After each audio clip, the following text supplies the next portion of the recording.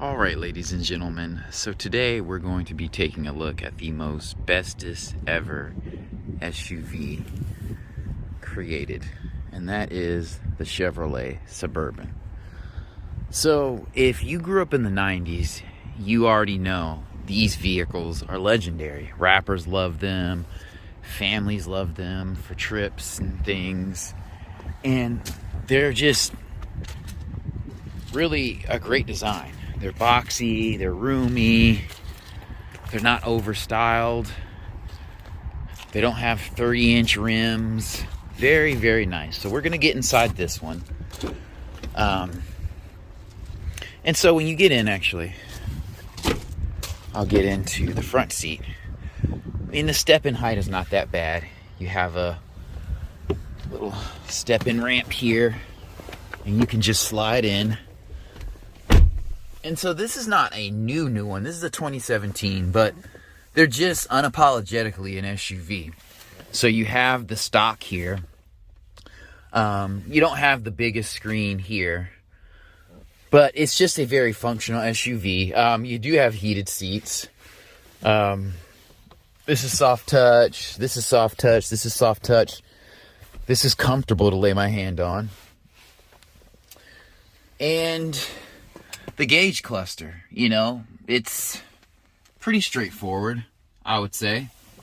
Got some digital and analog. Cubbies and things. This one could be detailed a little bit, but you have good space, good cup holders and everything. And, you know, when you look back here, there is good room. So, here's your second row captain's chair. So this is a 7-seater.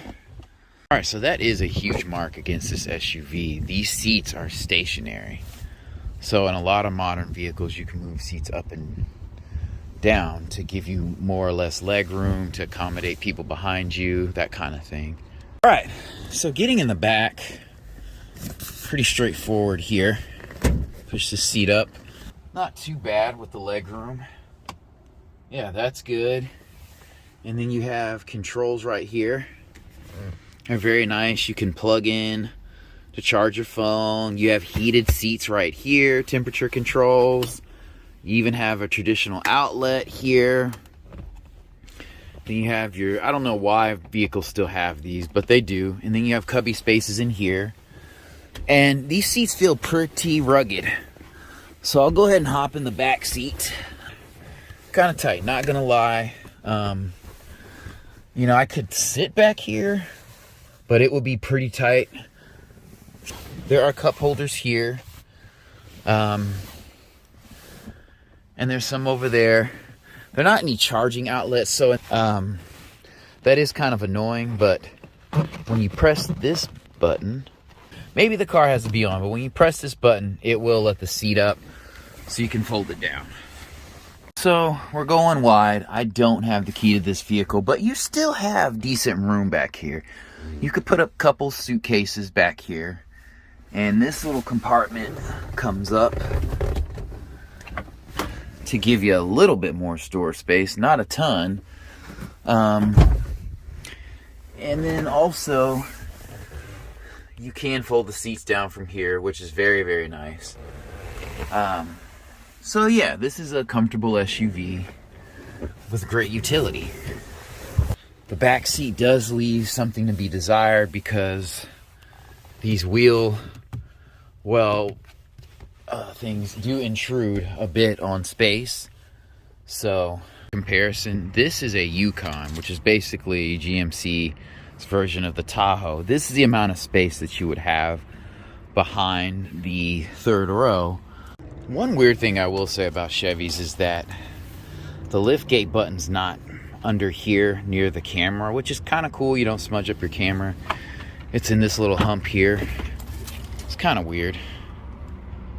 You do give up a little space when you get the shorter wheelbase, but let's just take a look. Now this one does have like 30-inch wheels on it, so when you open the door, ooh, magic. Okay, so step-ins little about the same here. And then this back seat, there is a lot less room. All right, so this is a Denali, so it's a little bit more upmarket. It probably has heated and cooled seats, ventilated. And this is a 2017 as well. So definitely less legroom back here. Not gonna lie. So yeah, do keep that in mind. It's not just trunk room or cargo space behind these seats. These seats are literally smaller, and this doesn't even feel as wide as a Suburban. So, and there's also less room between the front seat and this captain's chair. So you're losing space all around in this SUV. It is a bit nicer, but yeah.